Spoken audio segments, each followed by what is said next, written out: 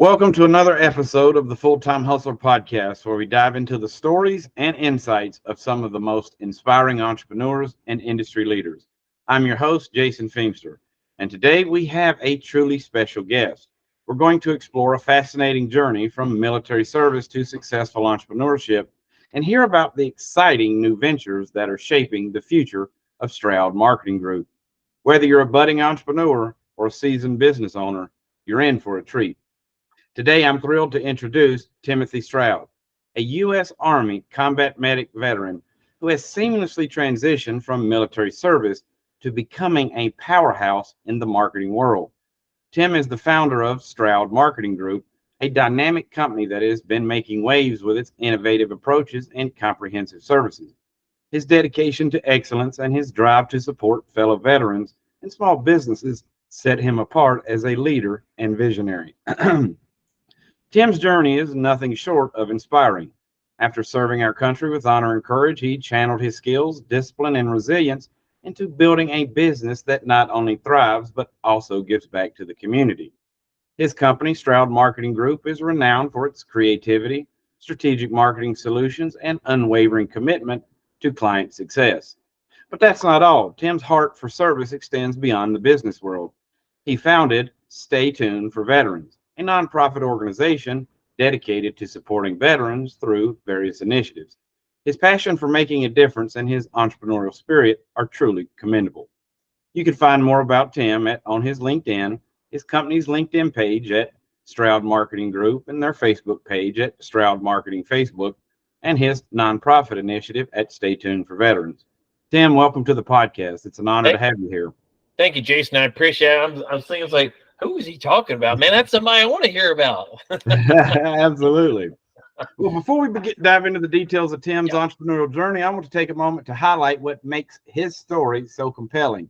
Imagine dedicating years of your life to serving our country, facing challenges and dangers most of us can only imagine.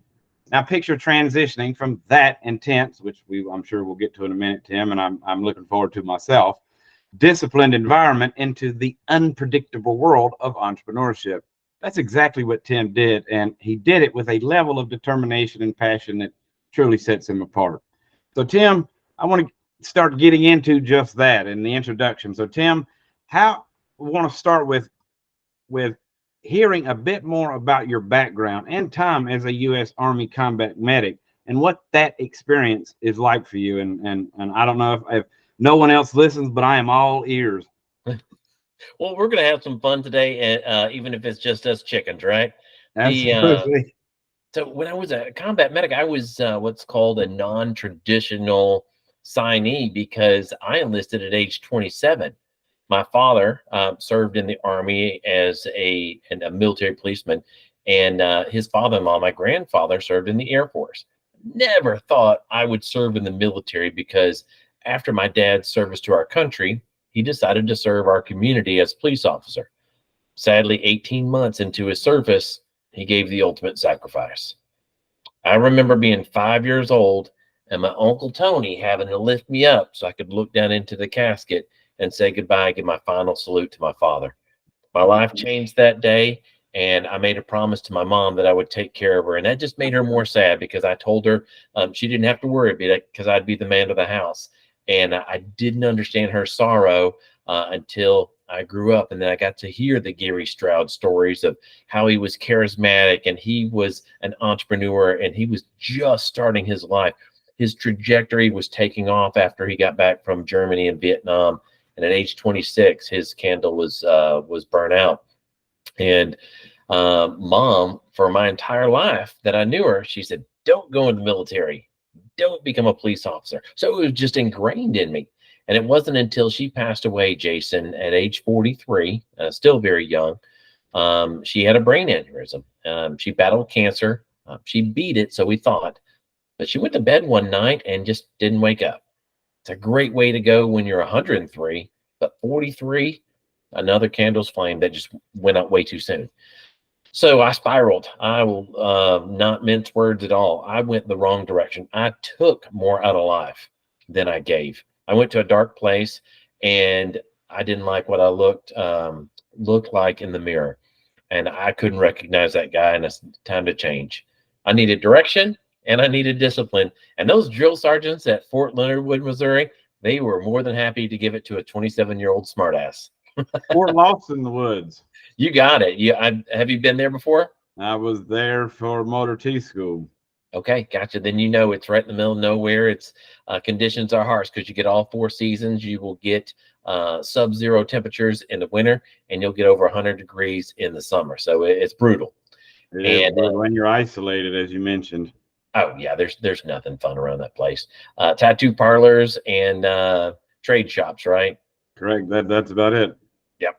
So my first duty station was Baumholder, Germany, and I fell in love with the culture, not just the military, but everybody around me. I got to talk to people who didn't look like me, talk like me, sound like me, or eat like me, and I loved it. I thrived in that environment, and I married a German woman, had 2 beautiful daughters, and I actually started my first company when I was in the Army. So I got tired of all the Michael Moores of the world calling us baby killers and just really downing on us like our Vietnam counterparts. And I said I want to do more. So when we deployed to Kosovo right after K4, I learned a little secret called free mail. And at the corner of your envelope where you normally stick that stamp, I don't even know how much is a stamp these days, Jason. Good question. Good question. Yeah. I just buy a roll of them and then stick them on there. I get the forever stamps, so they're good. But I mean, back in the day, stamps were a quarter, probably 60 cents. Right now, that's pretty bad. We don't know how much of this. But in deployment, you could just write free mail, and it would go out up to 5 pages.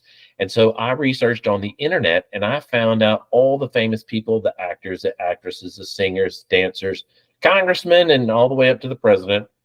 And I wrote them letters and asked for support, autograph pictures, donations, and they started coming in. And it was amazing. So imagine on all the walls around here, instead of pictures, like the art behind me, you would see autograph pictures from Dolly Parton, Hugh Hefner, astronauts, you name it, we had it. It was just amazing. And I had about $180,000 worth of free things to give away. We're talking scooters, electronics, you name it. Back in the day, the computers, all the stuff that you could get that you wanted, we got, and I gave it away. We played trivia, we played games, and so didn't matter if they were stationed at Camp Monteith, Camp Bondsteel, or out in the field in Red Base or Blue Base. When they came to RCP, they had fun, and they knew that there was a grateful community. So I wanted to do more.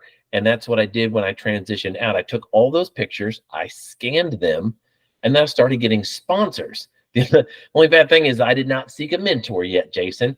And people were asking me, are you a nonprofit? I go, is that a bad thing? They're like, no, we just need to know. And I wasn't. I was set up as a for-profit. But the horrible thing about it, I gave away, at least half of all of our profits because I wanted to go back into the community. I should have started my first nonprofit, but I didn't. And I learned my lessons. And then I sought out a mentor, Paul J. Meyer. Are you familiar with him? Enough to know that I don't know much, but I am aware more than familiar. Okay, so when I was transitioning out of the Army, like so many other veterans, my skill set and experience and my education took me to this level. It was not enough to support me and my family on the path that we wanted to go. And it was still a huge transition time. So it was 2003, 2004, when we were getting out. All of our veterans looking around, they didn't want to gravitate to our traditional military groups, our veteran service organizations, the VFW, American Legion, DAV, Jewish War Veterans. They simply weren't going to them. Instead, you had so many new ones popping up. And a buddy of mine, Colonel Sutherland, wrote a white paper on it called The Sea of Goodwill, where we had over 30,000 veteran service organizations in short order, but nobody knew where to get to them. And I'll get back to that. So I started writing all the famous and financially secure men and women that I knew in the area. And again, I personalized the letters, I sent them out.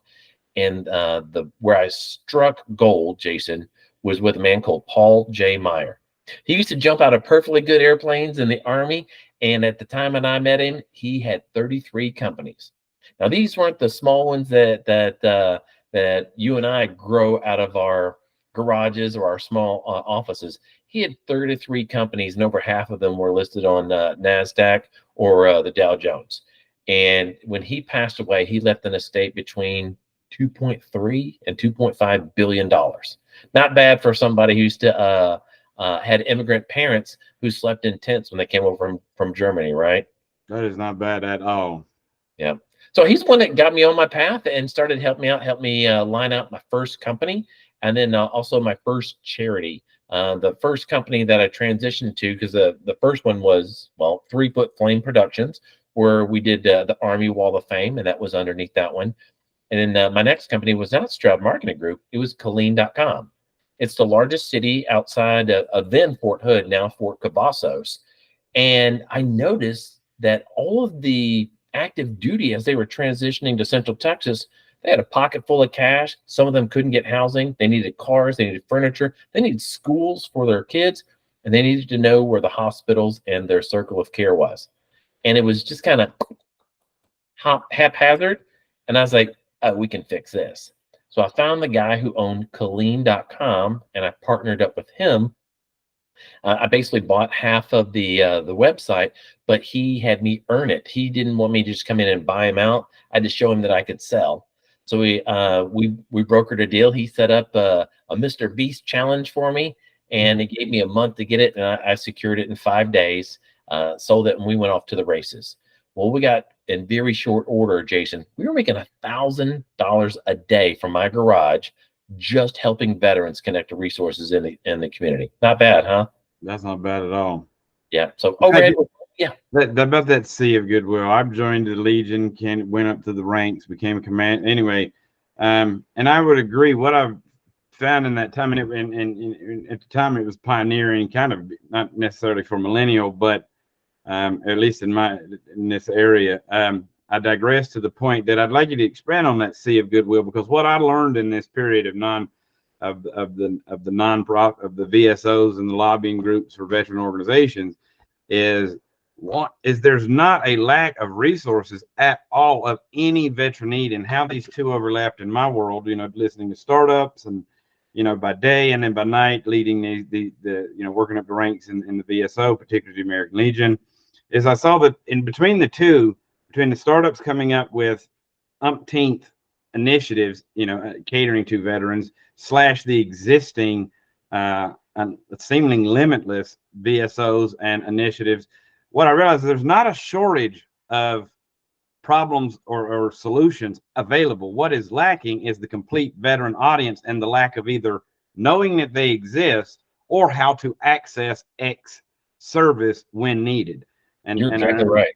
To this day, I still don't know and I'm trying to take from Gary V and say that the value in the age of information is in the aggregate. If there was like the aggregate that could pull the marketplace, that could aggregate and yet get known, there's the network marketing side of it.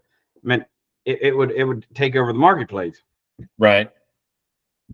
So I mean, I'm just highlighting on it and see if you expand on that. The sea of goodwill. I like that. I like that you mentioned that, because again, there's a lot of resources available, but not necessarily every veteran knows to access or how to access or when to access.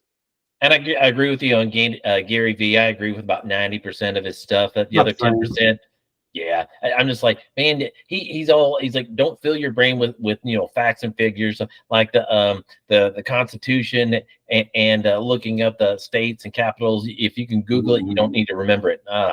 We need to know our history, where we've been, so we know where we're going. Well, I'll say in general, I'm probably with anyone at most 90%. There's always that 10% I leave to be skeptic to whatever their initiative may be.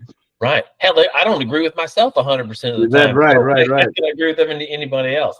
But like you, I saw the lack of connections, and so many of the groups, they wanted to go like this, and they'd be like Lord of the Rings, like, yes, my precious, my veteran, and hold on to it. Didn't matter if it was education, a state, federal, or a local veteran service organization.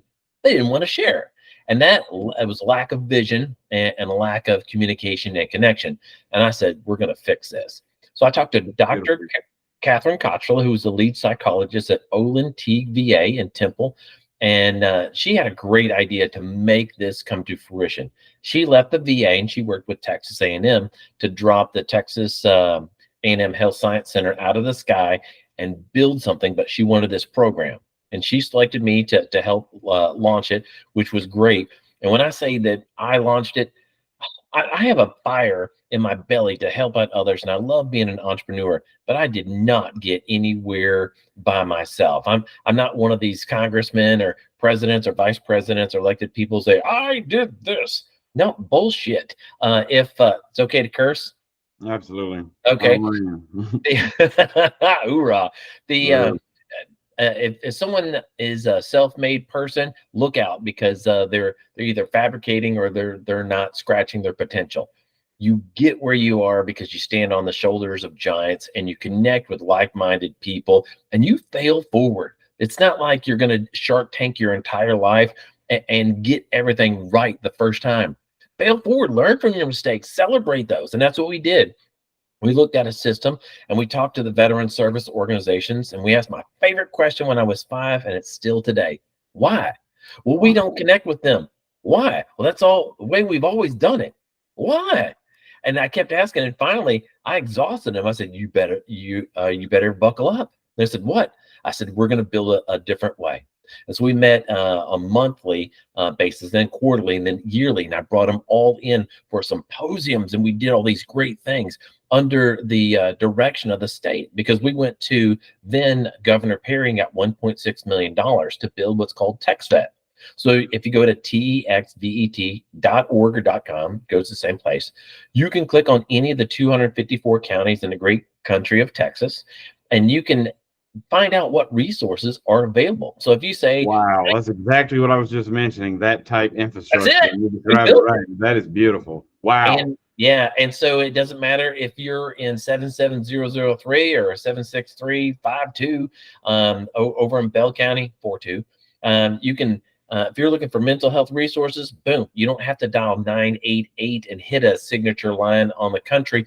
You can find out the Military Veteran Peer Network in Texas, pick up the phone and talk to a real person, because those are the connections that stop veteran suicide and improve mental health and quit treating veterans like victims. We give them the opportunity to shine. And in my world, it's always watch one, do one, teach one. We have to keep people active, battle buddy system, and go that route. And it worked. Hell, it's been 12, 13 years, 15 years since we built TexVet. I was just on the site. It's still running strong, and it is a great success story because we built up young leaders, empowered them, and let them move forward, because they took it to a spot that I did not, which was great. And that was the intent, to make sure that eagle could fly, because if you put a string on it, it's not going to get very far, right? Not very far, no. Right. And in the process, man, I made lifelong friends, Jason, and connection. I mean, we got connected through another Marine veteran because of the things that she did. And I love those connections. And I don't mind getting up at 2 a.m. to answer a call if it's going to save a life. I just don't like being on calls that could have been handled with an email or a text. I like doing worthwhile things. That means working, playing, and doing all the experiences that make it worthwhile to be an American. So when I transitioned out of TexVet, we attempted to take that model nationwide. And then we learned that just like the colleges and some of the other entities, the states did not want to play well. And one of the reasons it failed is because mental health does not cross boundaries. So over Texas, Louisiana, now there are exceptions, but the rule of thumb is that you can't cross a state line with your mental health degree, your doctorate, and counsel a veteran in New Hampshire if you're down in Louisiana. So almost from a federal point of view, as far as resources, that fragments the at least the supplier. Like, if I can't take my credentials across state lines, I mean, that almost seems primitive, does it not? I mean, I'm not knocking anything. I know I'm preaching with the choir of the veteran community, but it's like, that seems primitive. It is, and it will blend, and it just takes time to change. I mean, my grandfather said the only person that likes change is a baby with a wet diaper, and so the, uh, the states will change because with technology, with AI, and the online system and all the apps that are out there, it's only a matter of time with telehealth that we have those Right. viable programs, those cross those state boundaries. I would foresee that it would go into regions first, kind of like VISNs, the Veterans Independent Service Networks, like the VA does first, and then it would go nationwide. That would make sense. But then again, somebody at the VA may pull the switch and say, hey, we're going to do it nationwide. The problem is having oversight of something that large. And it's quite amazing when you open the floodgates of what would happen. But I think if Try we to get some scale on that. If you're coming from Texas, you and I would like to think that they were one of the largest resources available to pull together, which kind of shows the testament of the depth and breadth of what you've already built. Which again, to use that, so to speak, as the beta for like federal. See, what do you see that, and try to paint a picture for like what it actually takes to go national for, like, if the VA, whether the VA rolls it out or whether it's private, somebody privatizes it, what would it take as far as like what is that scale? What is the difference between, like, if all states could get along, or if the VA was overdoing, what would that do? What, I mean, what, where does from A to B go? And A being your test group of the probably one of the best, I mean, most exhaustive resources being Texas. For me, I think you would think about it best as a franchise, Okay. and you would look at the model that expansion eats capital. It's going to take a lot of money and a lot of Right. trained and passionate people in place to make it happen.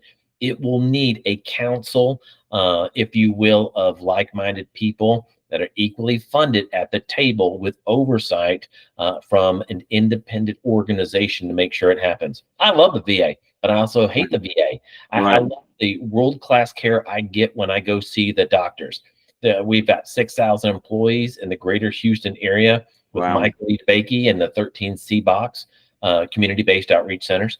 At the same time, though, it takes an act of Congress to get a person on the phone when you need to get that care. And that's so frustrating, and it's getting better. But again, it's a slow road. And you would think in this digital AI age, that would be so much quicker because technology is just leapfrogging over anything that the VA currently does. As soon as they have a fix, there's something new that's out there. So it will take the independence. Case in point, we've got a great program with our Darren Selnick put a great program into place when he was working at the VA as a consultant and at the White House for President Trump. He put the community-based program so they could magically match people up. So if they didn't want to go into the VA or couldn't, they were mobility challenged or they live in a rural area, they could go to a resource in their community and get that paid by the VA or co-paid by the VA, depending on their benefits. That works really well, but the oversight has to come from different groups, and they bid on it by region. VISNs, Tri-West is one of those, and they recently got an $8 billion contract to oversee. That could be the entity that oversees this this program as we go through. But again, they're not nationwide. They would have to play with the other VISNs that got contracts as well, because it's kind of like Ma Bell. It was broken up for a reason because it's got too stinking big. Right. I think the independents, if again breaking it up into regions and saying that kind of like a set aside, if you're doing government contracting, 15 or 20% set aside for SDVOBs, BIPOC, you name it. That way, the smaller nonprofits that really need the funding are great. Now you partner them with an organization that is larger, so you can have that mentee program that's out there, and it will really help with that oversight. Because I've seen some of the smaller to mid-size veteran service organizations get the funding, and I'm so happy for them. And then they get that one leader that F's it up for everybody, because it doesn't matter if you have a country, a charity, or a company, it rises and falls with the level of leadership that it has. Is this not a two-sided problem also, just to compound, add insult to injury here? from the say the VA, even if assuming that they were completely optimistic and looking to scale up and expand their services, whether within states, micro, hyper focused, or federally, would the problem still not be the facilitation and identifying, say, for example, you mentioned, and I'm naively aware of, say, the startups and those out there that are in these nonprofits that are offering solutions, but to create that, I mean, that creates its own logistics of like due diligence of knowing how, which startup, nonprofit, etc., should we facilitate with, and which one has the wherewithal or the bandwidth to, if they say they get the funding, So it's like I see the VA has a two-sided problem here. Even if they wanted to help, would it not be a problem to go out to the market and try to identify the right startups and nonprofits and initiatives to partner with that could actually facilitate in the end? Because I believe what I'm seeing, and please correct me if I'm wrong, you have way more insight. Even when they try to reach out and say they're working with, my company, my nonprofit for veterans, the minute they get funding, I can't fulfill what it is that the objective was, that the reason I got the funding in the first place. And it seems like that is a problem at scale with VA, especially when you, as you mentioned, incorporate this hyper local, non-cross state, where it comes credentials. So I see it as almost a two-part problem. It's like, even if they don't have the services, even if they want to go find them, now they have to identify the right services of, again, the plethora of nonprofits and startups that exist. It's like knowing which ones to partner with, that almost creates a beast in and of itself. I mean, someone like you would have to come in and be like, all right, these are the ones, kind of create that due diligence and guideline of, all right, this is what the VA expects, or this is what we expect to facilitate this program. Yes, but I'll agree with you. However, you can get a Tim Stroud in every community, somebody who has boots on the ground that could be that oversight person, and you pay them well to make sure that the checks and balances are in place, make sure that somebody, there's 3 branches of our government for a reason, put the same trifecta on this program, and making sure that there's oversight, but there's also the that callback. Great, Jason, I'm going to give you $250,000 to help out with mental health in your area. Here's what I expect from you. You need to do an intake form. You got to confirm their information, and there is the tricky wicket right there, because now if you're a small mom and pop, you still need to send emails to me, but you have to have a secure server. You need to have double or triple locks on the information. I can't have the data compromised, and I got to make sure that we're complying with everything with HIPAA. And then now let's take that inside the VA. Even inside the VA, if you go to get an MRI, say I'm scared of small places and I'm just so claustrophobic I can't do the closed MRI, I'm going to go to an open MRI, but your VA doesn't have it. Great, you'll use community cares, but there's no direct link between that community cares provider and it. It may go to the CBOC, then the CBOC is not connected to the VA. And so there's the problem with the data. And I've worked the last 12 years to. That's astute. Like, that's very astute. I guess that's exactly where the pain point is. Right. And the changes are coming. That, however, and we finally got the budget passed for collaborating all these things together. The problem is it's going to take about 2 years for them to integrate everything. And I really wanted Houston to be at the epicenter. And the director, who's a great guy and an amazing friend, he said, we're one of the largest, Tim. He's like, let's let the smaller ones work out all the bugs first. That way, when we incorporate it here. And I get it. I wish he would have just taken a couple of the CBOCs, started it there, fleshed it out in Houston, let us lead the charge. Because we're so big, one of the smaller places, it would be okay if we made smaller mistakes, because we could course correct very quickly because we have the resources to back it up. But a smaller VA system, if they make a mistake, their system may shut down for half a day or a full day. Now we're talking that you can't get scheduled appointments, you can't get medications, and the list goes on and on. So there's always going to be a problem because we did not integrate things fully, and our communities have become digital. When the VA started, we had a lot of healthy young men and women that got out, and there wasn't all the rules and regulations. And when we deployed our men and women in harm's way, when they got hurt, a lot of them died because Vietnam, all the way back, they didn't have the equipment we have Right. now and the medical know-how. Personally have friends who are single, double, triple, and quad amputees that are still leading very active lives. 25 years ago, most of them wouldn't have made it. Right. Right. Unfortunately. But we owe them not only the respect, we owe them the medical care, physical care, and the mental health care to have them successful. And that means empowering it, not treating them like victims, but like victors, and making sure that we are plugging them in to the resources where they can thrive. Because you get out as a Marine, you are inundated with calls. Did you serve at Camp Lejeune? Right. And all the spam. You never That know. was the whole era. Right. You never know where there's a real resource, and it could be one right across the street from you. And they hit the mother lode. They got a $2 million grant from Jeff Bezos or his ex-wife, and they said, we want to help out veterans. We want to give away free homes. And if you get a phone call that says, hey, Jason, we know you're a Purple Heart recipient, and we want to give you a $500,000 smart home. Click. You're gonna hang up. You're gonna think it's a spam, right? Right. Or But there would. are groups that do just that. And so my role is marketing mainly, is making sure that the VSOs that are out there, I'm championing them, the great works that they're doing, and all the people who made it happen. It's kind of, for me, it's like at Johnson Space Center. If you're going to NASA, when the president went out there, he asked one of the janitors what he does. It's like, Mr. President, I help put men on the moon. And he's exactly right.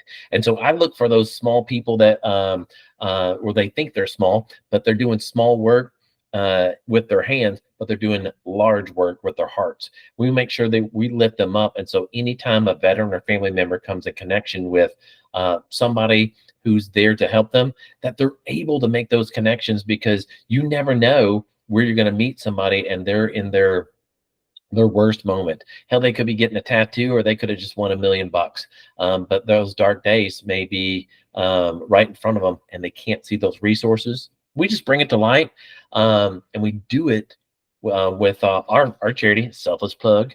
I'm doing it through the arts. I mean, you see that I was just online and I saw 3 different posts for the 1-800 number and 988. 99% of the veterans I know, hell, they're not calling that number. Right. But if I say, hey, we're going to go scuba diving, I'm going to get you your free scuba certification. You and a buddy will get you both certified, $1,000 a piece, no charge to you. And my group will teach you videography and photography underwater, while Jeff Pickard and the Waves Project teach you how to breathe, how to relax, and find health and healing. Well, it could be on the water, could be fishing, could be swimming, could be paragliding. Hell, it could be underwater basket weaving. But something that's related to the arts, we connect you with a battle buddy, making sure you have those resources and making sure that you know the other ones. So you may not need the mental health resources, a service dog or anything else, but your buddy might. Or there may be a time in your life you're like, damn, what did that bald guy tell me about service dogs? Because I won't leave my house now, right? You're really feeling and this is not to stretch the truth or inflate your ego. It is simply a statement of fact from my experience, what I'm seeing and what you're describing, in the precise point that you saw, which is you are the marketing of, and it's so neat. I mean, that just niche of those small, I mean, you're the voice, trying to give the voice again. And I love that you said of these great people doing great things, specifically within this vertical of, associating veterans. So let me ask that particular one, and I have to ask this for my own self and anybody listening. What is it that the services that are either working, that you would work really well with putting marketing out, i.e. the ones that either can integrate or that are offering value add to the end user, the veteran audience? Which are the ones that are easiest to integrate, or the ones that you best working with or looking to work with? Because again, if you're that service, I think the whole veteran initiative and the whole any organization that caters to veteran needs, somebody needs to be the voice of these companies. Somebody needs, Right. like, I mean, again, marketing is a large word, but it's like putting it out there to where people can know about it and speak to them where they stand. It's like, that's the art and science of marketing. where in this case, the veteran audience, which is again a fragmented and large audience.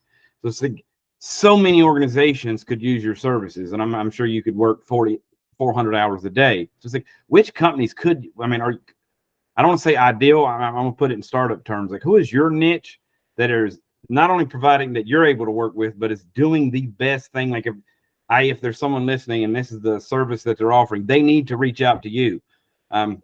I don't want to say you'll guarantee their growth, but it's like, I know where these people start up. It's like they need somebody to be the voice, no matter how socially philanthropic their initiative may be, only their neighbors know. Right. Well, I'd love to say that we would be best partners for la-di-da-di everybody. However, I don't like bullies. I didn't like them when I was 13, and I sure as hell don't like them now.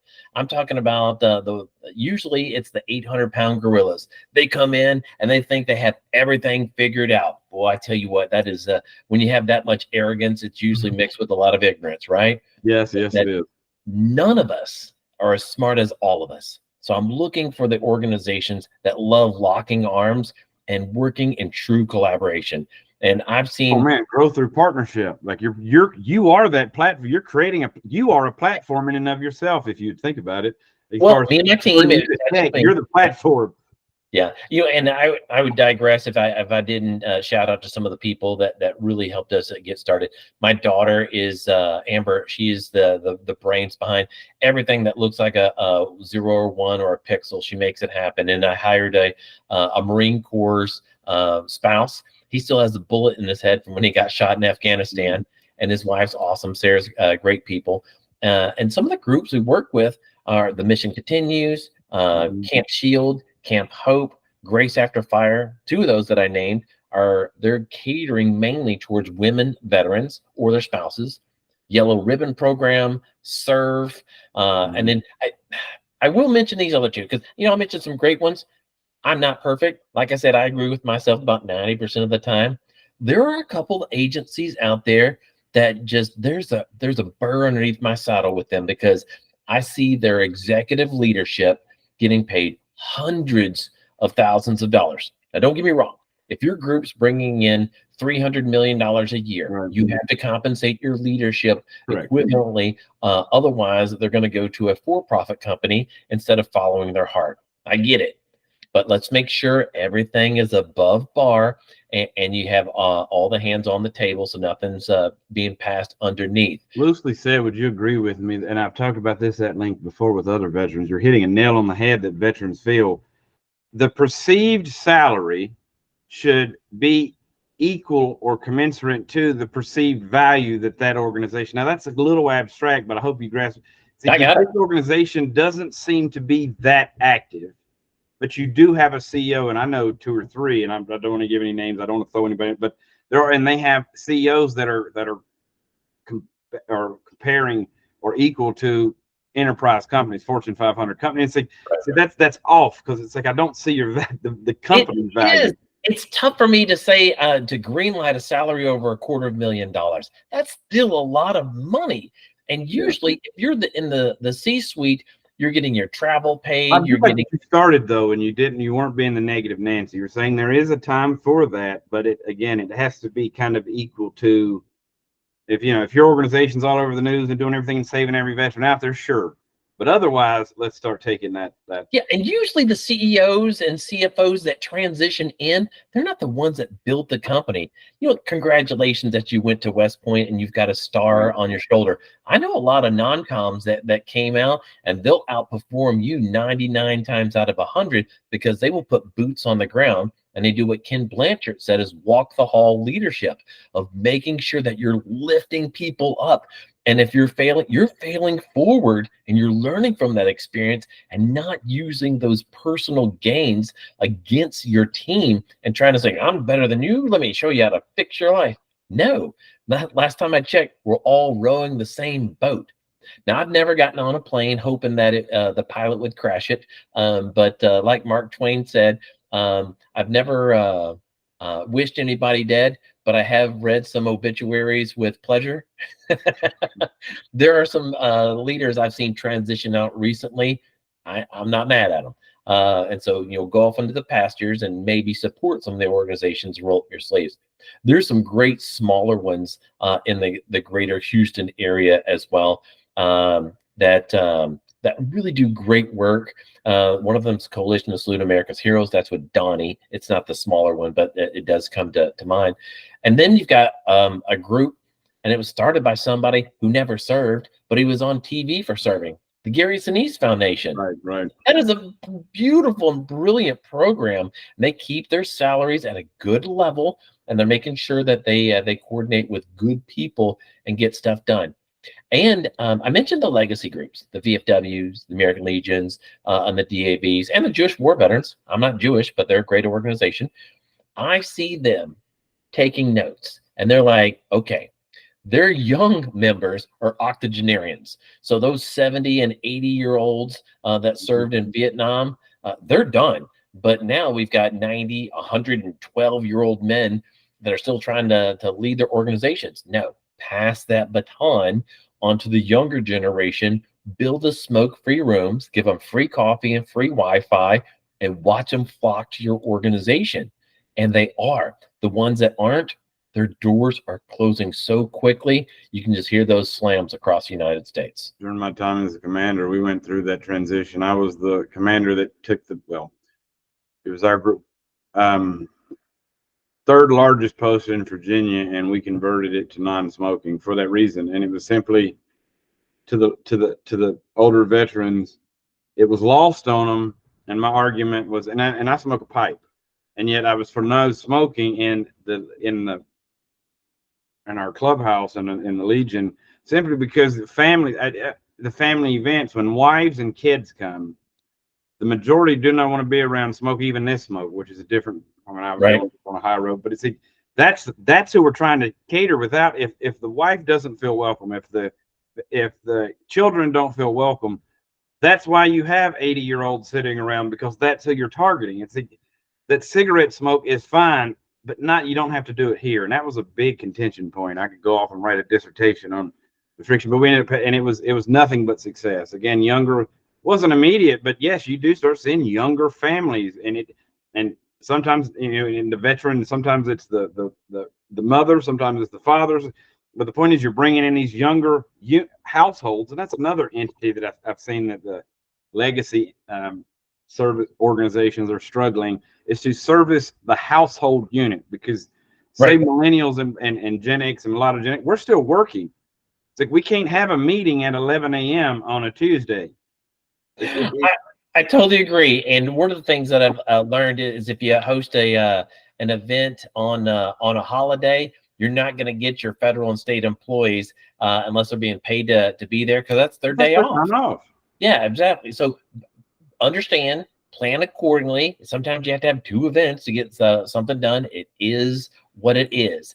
But I've learned to work, and our group has as well, with our local elected leadership. So we have a new mayor. Very true. In Houston, great guy. I'm a registered Republican, but I'm more moderate. This guy's a Democrat, but damn it, he's a good guy, and I like what he's. Same here in Northern Virginia. I'm surrounded, in DC area. I'm surrounded by mainly very left liberals, just given this area. And I say that to say that a lot of the initiatives, there was a few state senators we would invite, first ones to come to every event. Now you got to watch, and I don't know if you have this, and let's sidebar for a second. You do have to watch the politicians when they get up and plug. Yeah. And you have to take that with a grain of salt. It's somewhat give and take, but again, I'll support. I know the narrative is the Republican initiatives, and however, in this area, I have had a lot of support from. Now, I'm not saying the Democratic Party. That is not what I'm saying. Let me clarify before anybody jumps my guns here. What I'm saying is, in this area, I'm very limited to only Democratic leadership, and the majority of them have been supported at a micro level, i.e. me at a Legion, I'm not saying their policy, and I'm not getting into them by their day, but they would come to the events, they would support any way they can, and they would help with many initiatives we have in collaboration.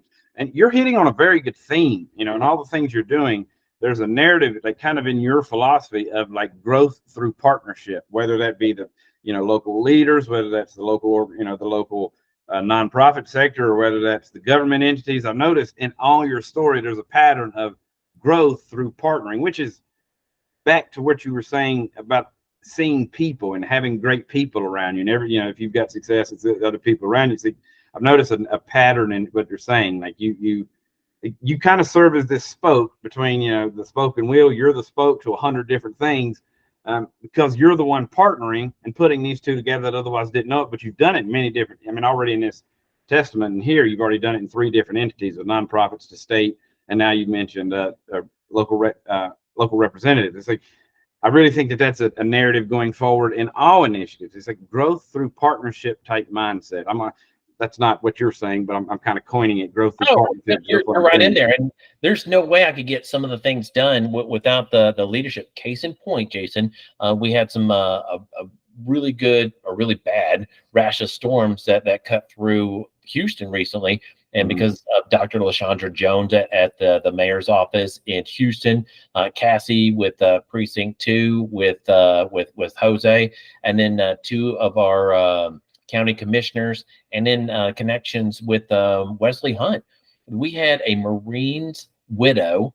She's living in her home with her autistic son. 7 days, no power because of the storms. The lines were down. I mean, it was a mess. And you had 1 million people without power. And when you're talking about disabled, elderly, and children, get to it. And so some of my buddies actually came down from Missouri. Linemen were hired by Centerpoint, got stuff done. But she had 7 days. She ran out of money for propane. So our organization stepped in and helped out with that. She's like, Tim, how do I do more than a Band-Aid? I need power, and I want to help my family and my community. And so we made those calls, and it wasn't Tim Stroud did it. That was the spoke, like you said, and then or the hub. And we reached out to the different spokes, and within 2 hours, she had power, but her 29 community partners, her neighbors, they didn't have power. I don't know how in the hell they did it, but they got power to that widow, which is awesome.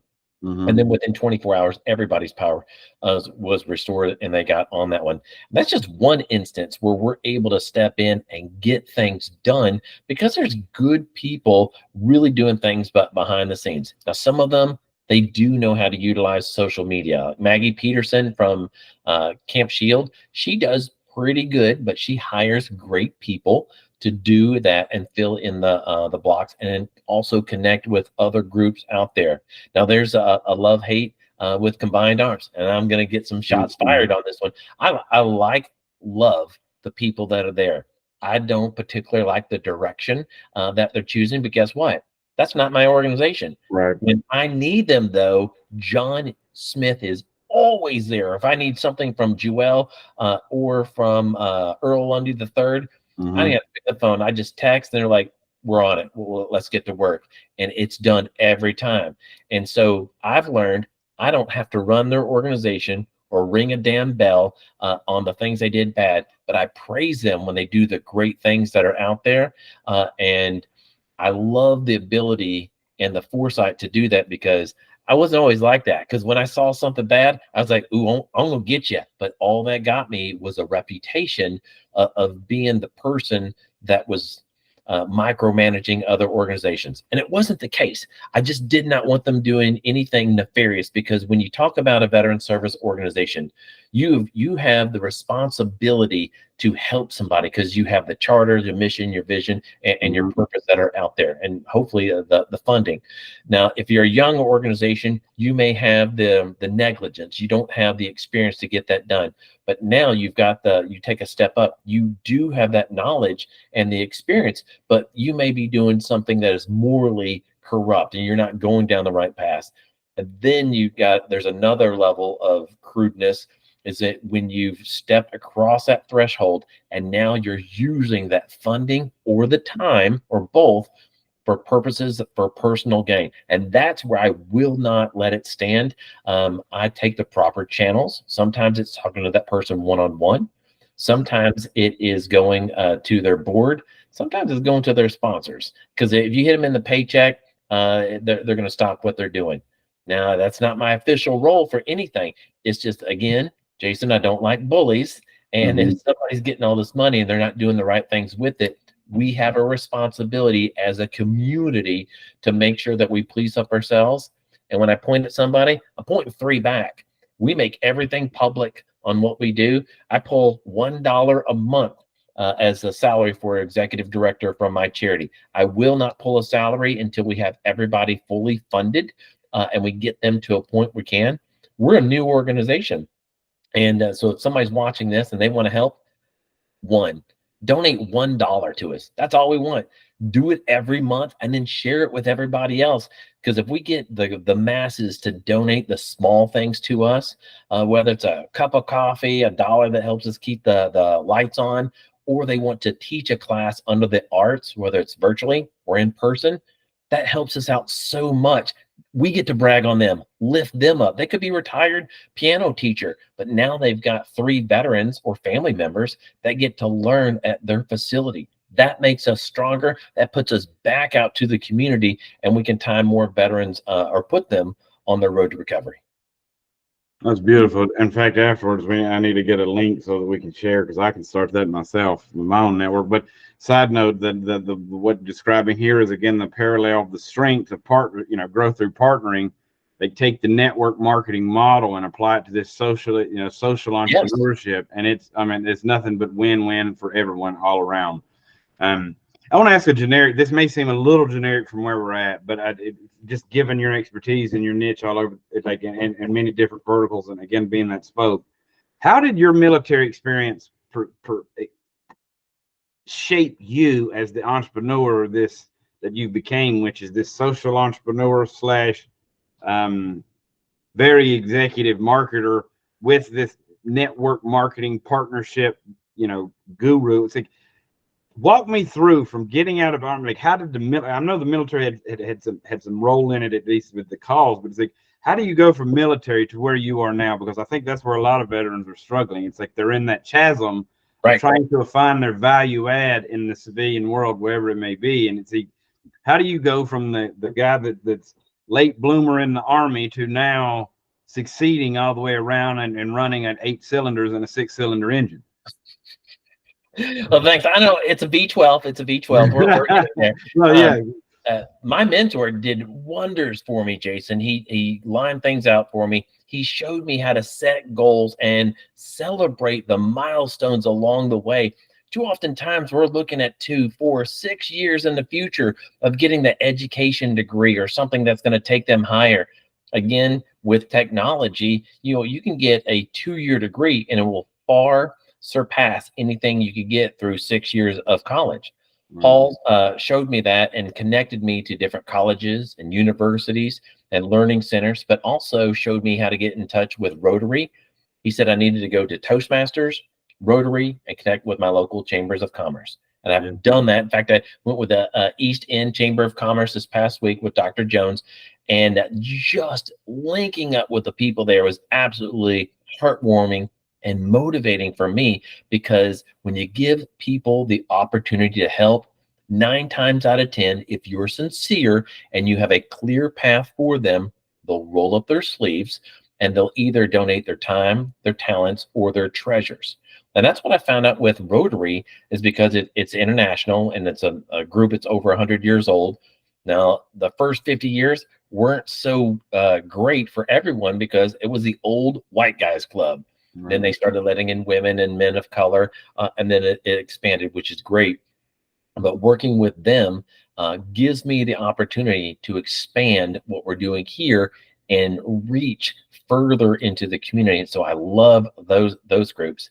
With the chambers of commerce, the really good ones, the really great ones will have the networking, not only just at their annual banquet, they'll have a weekly or monthly mixer that you can go to. And if the master of ceremonies is worth his or her salt, they'll find veterans, they'll find business owners, they'll find the new entrepreneurs, they'll start connecting them for the win. What I found, this is a great story. So I hope I don't get too emotional about it. I remember one of my teachers told me this. That's a terrible preface, by the way. Like, now I'm scared, in that all that you said in the depth and the breadth and the resonance, and now that you said something that you may get emotional, I'm probably going to, I don't know how I'm going to react. One of my teachers, I had several great teachers growing up in New Maverick County Central. And one of them, she was telling me a lesson of of kids, and it's been passed down. And I recently heard it again. It reminded me of Sally Ann Moore, one of my leadership coaches, and she said there was a teacher, and she wrote, and she had 30 kids in her class, and she had them all blow up balloons, and with markers they wrote their names on the balloons. And so you have pink balloons for the girls and blue balloons for the boys. And then she had them go out into the hall and just put them into the hall, and they just let them fly. And then it's like, what are you going to do? And she's like, just hold on a minute. The janitor outside moved around all the balloons, and then she took out her stopwatch and she said, you got 1 minute to find your balloon. Go. Whoop. And after 1 minute, she blew the whistle. Actually, Coach Vaughn blew the whistle, and only 2 of the 30 students had found their balloons. Everybody's having so much fun looking, but there was a lot of anxiety, a little bit of fear. They didn't know if they're going to lose out on a prize or not get the grade they were supposed to, or is it an exercise. But only 2 out of 30 had found their balloons, 1 boy, 1 girl. And she's like, okay, now we're going to do something different. And they're like, what? And she's like, I'm going to blow the whistle again. And I want you to pick up the first balloon that you come in contact with, and then go take it to the person that it belongs to. And so, boom. And she did that. Whoo, getting emotional here, because she just talked to. That's and profound, by the way, the wisdom that's embedded in that. That is profound. Yeah. And so you take this balloon, and now you give it. I got this balloon. Great. Hey, Jason, here's your balloon. Well, someone's like, hey, Timmy. Right. Hey, Timmy, I found your balloon. Boom. Okay, great. Who's got the balloon?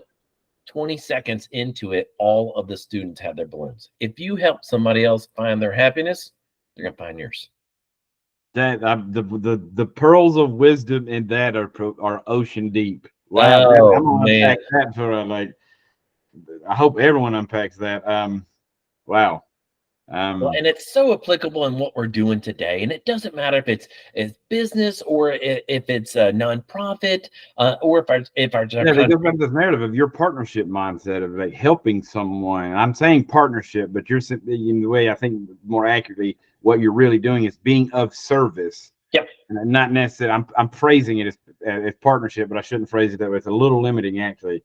Really, you're being of service, and I know that's an abstract thing, and we all say it, but it's like you're actually doing it. And look at what you've been able to accomplish by leading with serving the other, actual serving someone's need.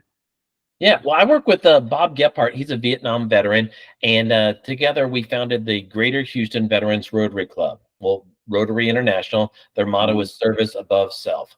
Because he's 77, 78 this year. He's got to slow down. He's had some heart troubles. That's not going over any HIPAA rules. It's public knowledge. He's a great guy. But together with what we do in 5 of the other communities, it was 4 last year, it's going to be 5 this year. Just in the Houston area for Thanksgiving, we fed 11,300 people. We smoked over 600 turkeys.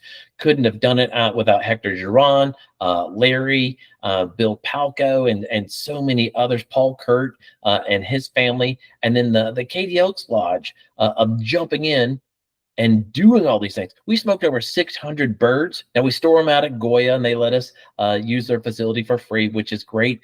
And then we deliver every one of those meals, Jason. It could be somebody that is senior and they can't get out, somebody mobility challenged, a veteran, or somebody who immigrated here. They have no idea what the hell we're doing on Thanksgiving, but we deliver that meal to them, and we get to connect with our community. That's one of the things that's missing, and we need to bring that back. I don't think Starbucks has great coffee, but I still love it when I go in and I see people talking to each other. Now, I don't like it when they're staring at their computer, just looking at it. But if they're talking and they're having that fellowship, that's what it's about for me, is really connecting with other people. And I do have the foresight to read the room. I can't come in at a 10 with all of my energy when everybody's at 2. I got to gradually get them up there if that's my role. But sometimes it's just there to observe and buy somebody else a cup of coffee. That's very true. Wow. Tell me this initiative, how we came across recently. and how that's fitting in. I know that you have multiple initiatives going on, and you said you want to add a new line. Can you please elaborate, just, I don't know, for me or for the audience? I don't know who I'm really asking for. I think I'm asking more for myself. One of the things we're adding with the Stroud Marketing Group, t-shirts. Now, I love my embroidered shirt and my sweaters and stuff, not getting into that line. But my daughter and I were looking on how much money we're spending on swag. We love the koozies. I like really good stuff, the items that people are going to use, wear, and share. Like your hat. I mean, you see that hat? That's a quality hat. That wasn't $5. It may cost $5 to make, but Right. that's a $25, $30 hat, right? Right. And you can get it embroidered with your name on the back as well. It's going to cost another $750 or whatever it is. And I looked at that on how we could be good stewards of the people who donate to our charity. And I can't do it by spending $20 or around that on a t-shirt or something embroidered unless somebody's going to pay $50 for it. Right, right. So I looked at it, that model. Well, MOQ, minimal order quality, quantity. I can go online and work some deals with some manufacturers, and I can get the t-shirts that you love to wear. You don't care what the hell's on it, but it just feels so good to wear. As soon as you get out of your work clothes, you want to put on that t-shirt. Well, we want those shirts, and we want them on our people who's going to wear our logo. Well, you can get those shirts for 50 cents, or you can get them for $1.50, depending on how many that you purchase. So if I buy 1,000 of them, I get them for $1.50. Slap that logo on there. It's going to cost me 75 cents if I own the press, and pay somebody $10 an hour to knock them out. So I got $5 in that t-shirt. Now I can sell that t-shirt for $15 or $20, not the 25. I can knock $5 off the price. So I can sell it less expensive to somebody else. And if I'm selling it to a charity, I can do one of two things. I can sell it to them at that $25 price if they have money to use it or lose it, and then I'll make a donation back to that organization. Or if they're shopping on a budget, still give them a great price on those items, and then I'm going to cut a check back to them if they're a nonprofit. If they're a for-profit and doing good works, I can simply give them a discount. But in the process, put our name out there as doing something of quality. Now, we're not going to drop ship to California or Walla Walla, Washington. We're staying in the greater Houston area, but this is something that you and I talked offline. This could be franchised really easily, because with minimal equipment, you can set this thing up, work the orders, because most of the graphics, if you only know how to tap the keyboard and wiggle the mouse, you can set up a business, because you can have somebody else do your graphics very inexpensively, make sure it lines up, and then you just work the presses and boom. So no more will we be printing newspaper, but hot off the presses are coming some t-shirts. How do you see this new venture impacting your business and your clients, other than the value add? Because I think you came at it from a client the way you just described. Yeah, well, we're going to be able to add to our bottom line. Number one, equally important, we're going to be able to hire veterans and their family members in their time of need. Case in point, we had a veteran come to us last week. She lost her job. She is very well educated, and I love my colleges and universities, but that doesn't transfer to anything that she can eat. And so it's horrible, because her salary last year dictates what she can get this year, because she made so much money. Now, let's be mindful that she wasn't the best at finances, but she's now taking a financial course and she's back on track, but she's got to get over that hump. If she had an extra $300 to $500 a month for food, like some people who didn't earn it, I'll just say we'll leave it there. She'd be in a better spot, but she does not qualify for those benefits because yeah. So now she's punished for her previous success. In part, yeah, exactly. That's a loaded word, but I mean it. Yeah.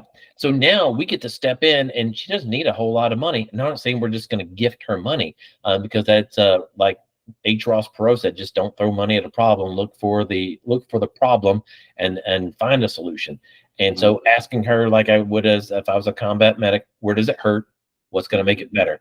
And she's like, I need to get over this hump. Great. Is it chronic or is it acute? And she's like, it's acute. It's a one-time thing. Great.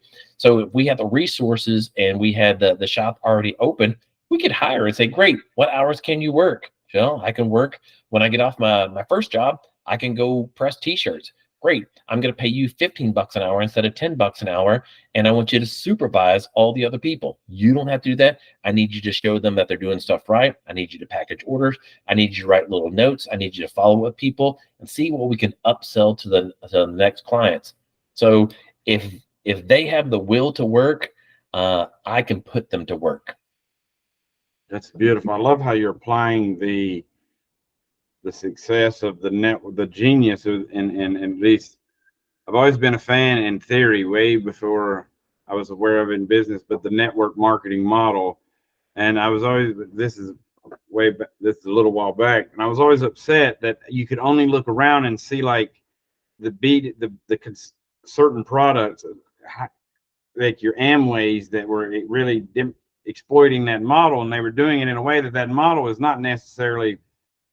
Again, that's where you get the difference between the network marketing and the term that they get, the pyramid scheme. It's like, Right. well, see, the network marketing is the perfect model. It gets into network when, again, you get these wrong motives, and it's like you're not helping, you're not putting it back, and you're just living off the proceeds of your actual labor force. I love the way you're actually applying it in this holistic way of, hey, I help you do and like solve actual problems. And oh, by the way, you get something out of it too. In this case, it's an employee. They make a revenue. They can upsell something. I mean, it's beautiful. And I mean, obviously, there's many companies that have worked this model successfully. I know a few myself in the finance industry that are applying it very well.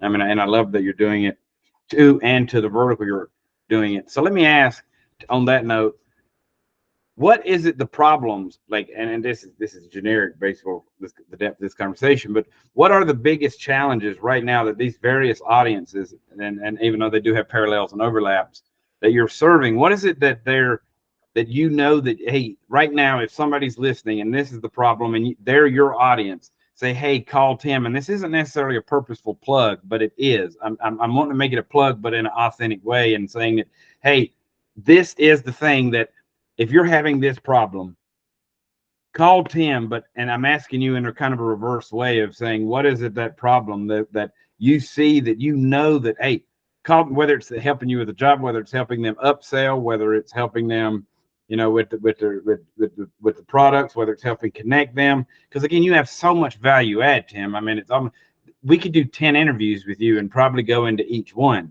Like. Well, I appreciate it, Jason. Let's dive in there. It's a lot to unpack. Yes. Here it is. Here is if people listening have nothing else, I want them to know these two things. Number one, lead with love. And number two, every veteran listening to this podcast should be an entrepreneur. They should own a business. I don't care if they're the only person in their family, or they have 26 people in their family. Treat their family like a business. And that means structuring it properly, making sure that they're taking care of their family, replace your benefits that you earned while you were wearing the uniform, and learn from your mistakes. Make sure that you've replaced your SGLI, your medical benefits, your dental benefits, and that you're putting things in place for 5 generations, not to make it where they don't have to work, but giving them a point view of success so they can see over the next mountain and see that beautiful horizon when the sun comes up. And that means taking classes. You don't have to go back to school and exhaust your GI Bill or chapter 31 or 35, but get in with a group of people. That way you can run everything properly. If you structure it properly, you get 2 lines of credit. You have your personal line of credit, you have your business line of credit. So if something happens with either one of those, number one, you've got a safety net. Correct. But also making sure, as Paul J. Meyer told me, is that make sure that you put overalls on your money. If your money's not working for you, you're doing something wrong. It's also in this economy, and I don't want to put a political plug, but it's negative, and at neutral, it's negative. You really have to apply the wisdom that you just said. Make your money work, because it has to. If not, it's negative, which is absolutely. And it doesn't matter who's in office. You need to be making sure that you make those connections, and that you are making money regardless. And that also includes your benefits. If you served in the military, doesn't matter if you qualified under the Blue Water group with Vietnam, or the PACT Act that Darren Selnick and others got passed with congressmen and women and senators. If there's a benefit out there, damn it, you owe it to yourself. I have so many veterans come to me and it's like, I don't want to take from someone else. Well, you are.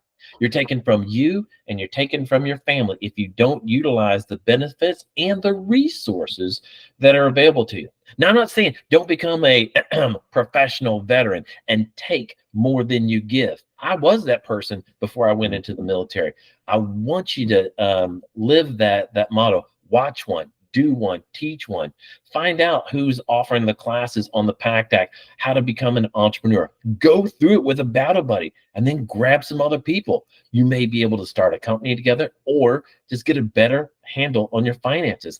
Imagine now, and this is one of the things that I'll close with, that I always ask people when I teach financial classes, what was the first job that you had? What about you, Jason, when your first paycheck? Because you and I both from the day we got an actual paycheck. Bagger at Food Line grocery store.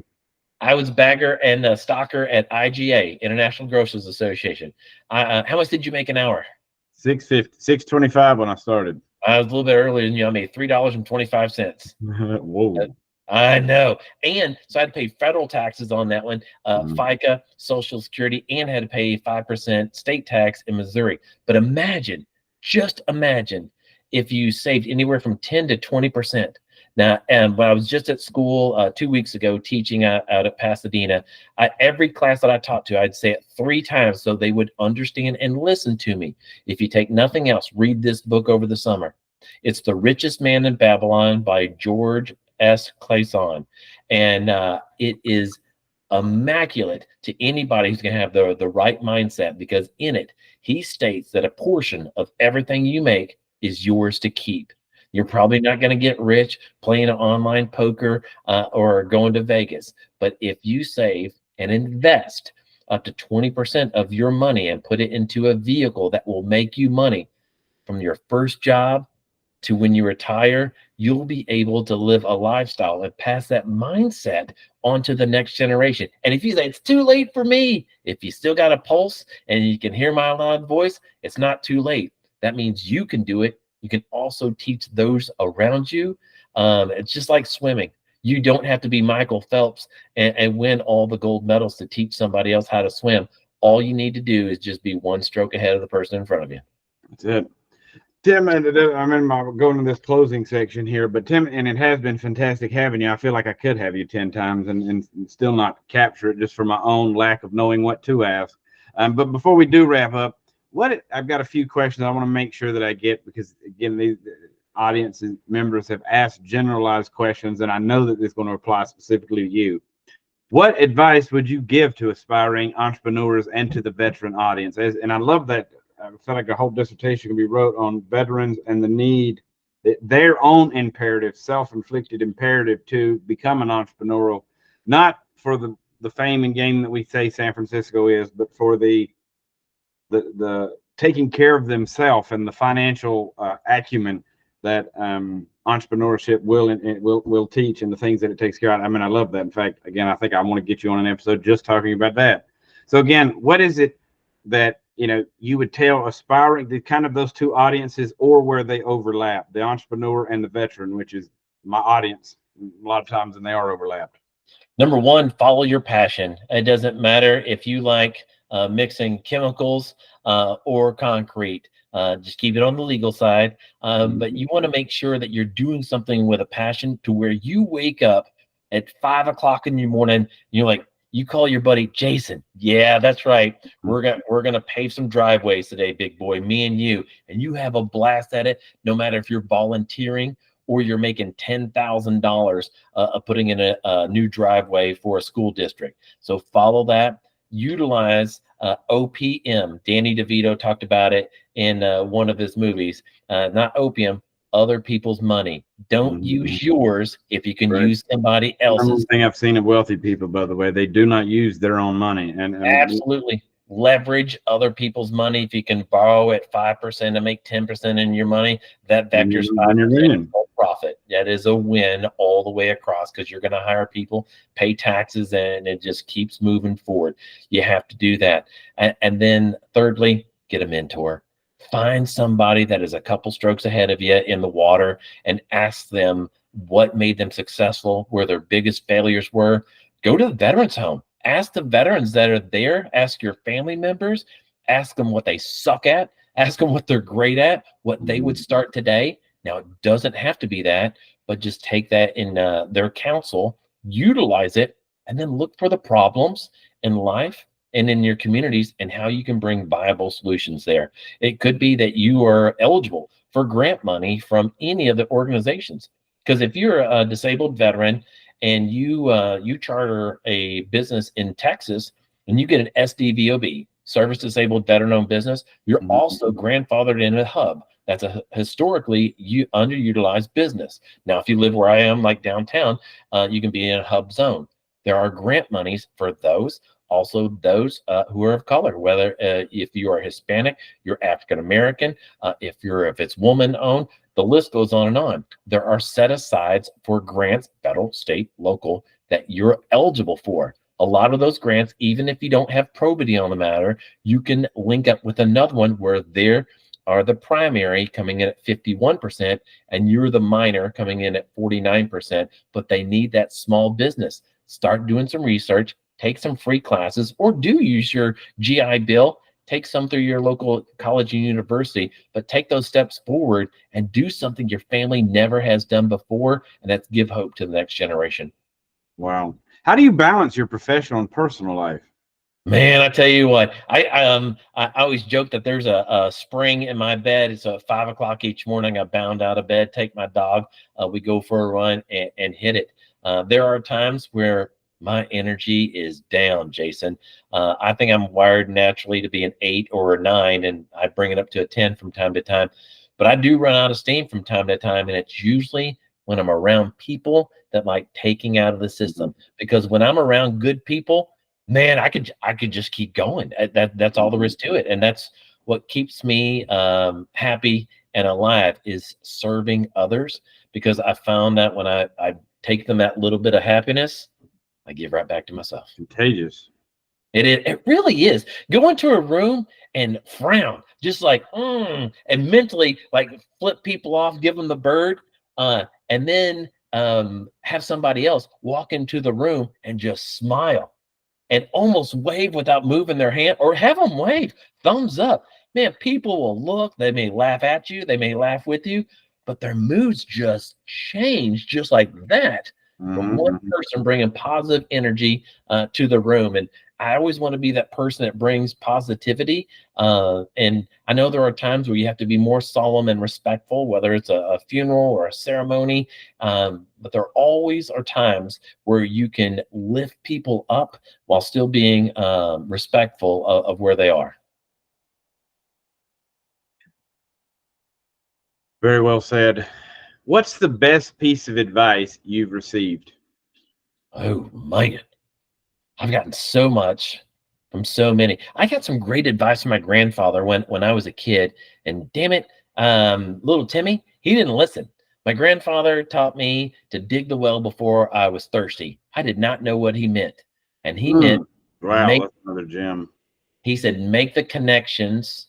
Later on, after I served in the military and I came back, we started talking and we just bonded. I mean, this guy, his dad, my great-grandfather immigrated from Italy, and he was so dark in the summer, people thought he was African American, and he married a Native American woman. So just all of those bloodlines were awesome. But he worked with his hands as well as his heart. But I never thought he was that intelligent because I never heard him say much. But after I served in the military, we started talking. He's one of the smartest men ever. He just observed everything and he quietly did things and served. Different personality than mine, but he always took the time to show me how to do things properly. And all the adages that our grandparents and our parents told us really came true as a focus through him. But the main thing that I took from him was to be prepared, and that means dig that well before you're thirsty. Find where the water is and make sure it's a resource that you can share with others. I want to, and this may be a little overly comical, but I want to ask you. When I was writing this question, I think my wordsmithing, I outsmarted myself and thought I had something genius. But I know that as I say this out loud, it's not going to come out as profound as the writing and the way I discovered this question. But I hope, nonetheless, at least it may be comical, and that's mirroring your extra the niche you found and this vertical you found solving, starting with the t-shirts and this veteran organization. If you personifying you as the t-shirt, what would be the slogan on it? I say I felt crafty when I came up with that. Oh man. Okay, what would my t-shirt read? Yes. You know what? Like Tim as the shirt. The shirt's personified as you. You know what? And credit partly goes to Elise Hoff from Easter Seals of Greater Houston. She and I have shared many laughs and great adages along the way of helping out thousands of veterans in the Houston area. And one of the things that we've laughed about is actually become something I post on every birthday for my friends on Facebook, or I put it into a card. And I would have my shirt read, "The two most important days in your life are the day you're born and the day you figure out why." Mark Twain. I love Mark Twain. I don't know if you can tell by my accent, but I lean towards his isms and all. That's there's Good old nothing Samuel I can add to that saying. That does it's perfect. Yeah, my daughter said the same thing, and she's like, "That's gonna be written on your tombstone," and you're like, "Damn straight." And in fact, I will close with this one because I've got to go. But one fun thing that I'm doing with the rest of my money, besides leaving my my kiddos in a better spot because I love them both, Jacqueline and Amber, is that a portion of my money will not only go to charity, it's going to go to the people who attend my funeral. Now, I'm not planning on checking out anytime soon. I think I got another 50 great years ahead of me. But 5% of my accumulated wealth will go to the people who attend my funeral. Not to pay them off, but there will be envelopes full of cash that the pastoral team will pass out at the end of the ceremony. I'll have something taped, and they get an envelope of cash, but it comes with an asterisk. They have to give the cash away, and they can't give it away to anybody else in the room or their direct family members. And the money they use has to go out into the community to help someone else. Wow. So we're going to have some fun. We're mirroring up together at the end here. My last question is there anything else you would like to share with our audience? You've shared so many profound gems. I'm going to unpack this for this hour conversation we've had. I'm going to listen to it for 10. I already know. But is there any other gem you would like to share with us on this first one? Yeah, this is a tough one. My mentor passed away at 83. I had the unique opportunity to present him with one of our first leadership awards. And I swear I thought he was going to have another 20 healthy years on us. And he came to me, and he had electronics and hoses and belts and all kinds of stuff coming after him after his cancer resurfaced. And at this point, he's worth about $2.5 billion. He said, "Tim, I would give it all away if I could have one.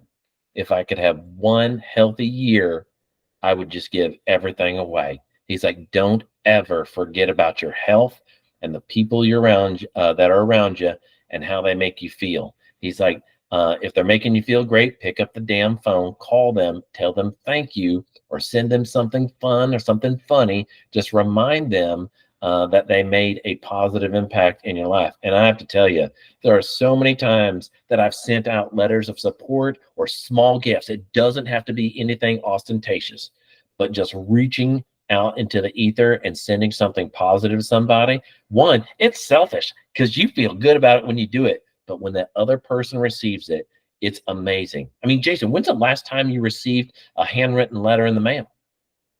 Actually, I got one recently. Someone sent me a book from Amazon just randomly that they read the book that like the one from a monk, Think Like a Monk, or In the Mind of a Monk, and they thought of me.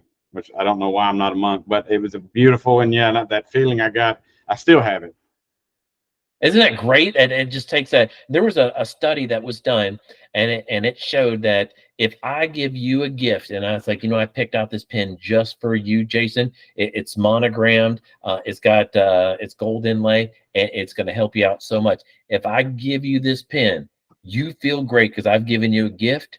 I feel great because I gave you a gift, and everybody around that witnesses feels very similar to you and I. And so there's just an exponential. And again, it goes back to that sense of community. Jason, thanks again for having me on your show today. And I want to make sure that I get your address because I'm going to send you something fun in the mail. Well, thank you. And for the closing, I'll read this here for the podcast. But I do want to say, as off lib, and again, I don't do very well ad lib but I do want to say that you are of all the people I've met, you have such a depth, and particularly into dark veins, and yet you are this most positive, successful, and you seize it and make good things. But think about how your story starts. It starts with losing parents and being behind all these things and all these other ways that are, the dark alleys of life, and yet just watch you in this video. It's the most profound thing. It's almost, if you believe in divine, it's almost, I don't want to say I'm talking to an angel, but it gives that you do give that narrative, and that, see, to take all I mean, I would just say that you're an alchemist, because think about the stories that you have. I mean, they would break a lot of people, and rightly so, and yet you spin them in such a positive way and have accomplished a ton. And I can only imagine what the future is going to hold. I'm glad we have crossed paths. I don't want to say that also because, again, you have such a polarity, and you take this shit, the manure, and yet you make it fertilize and make the smell of a rose, because it's the manure that scents the rose, See, but most people get stuck that when they're the shit, and they stay in that being the manure. But you somehow have, so I mean, it's just an inspiration in and of itself. Now I'll read the generic script and we can both go, but I do want to thank you for your time. So thank you for joining us today, Tim. It's been an absolute pleasure. To our listeners, if you want to learn more about Tim and his incredible work, you can connect with him on LinkedIn. For more information about Stroud Marketing Group and the innovative services they offer, visit their LinkedIn page at Stroud Marketing Group and their Facebook page at Stroud Marketing Group. Additionally, Tim's nonprofit, Stay Tuned for Veterans, is doing amazing work, and you can learn more about it at Stay Tuned for Veterans. Tim passions for helping others, and his innovative approach to business is truly inspiring. Be sure to check out these links to stay connected and see how you can benefit from his expertise. Thank you all for tuning in to episode 45 of the Full-Time Hustler podcast. We appreciate your support and hope you found this conversation as inspiring and as insightful as I did. Until next time, keep hustling, stay inspired, and continue to chase your dreams with relentless determination.